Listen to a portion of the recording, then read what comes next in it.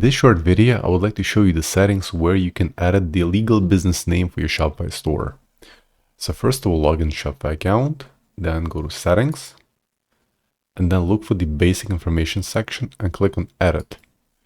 In the first field, you'll enter your store name, whichever it is, and in the second field, it's the legal name of the company. It could be like LLC, LTD, or INC.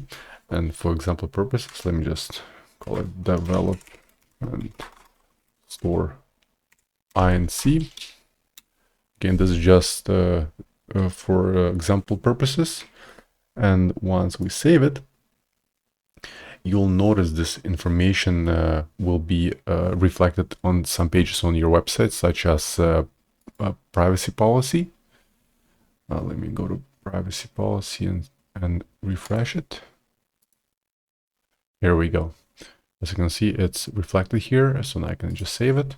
So it will show on my website as well. If you go to the billing section and look under bills, unfortunately this is a test store, so I don't have any bills yet, but for every Shopify bill that you receive, you'll notice that in the PDF copy, you'll see your legal business name reflected there. So I hope you found this short tip useful, and for more Shopify tutorials, please subscribe to my channel. Thank you.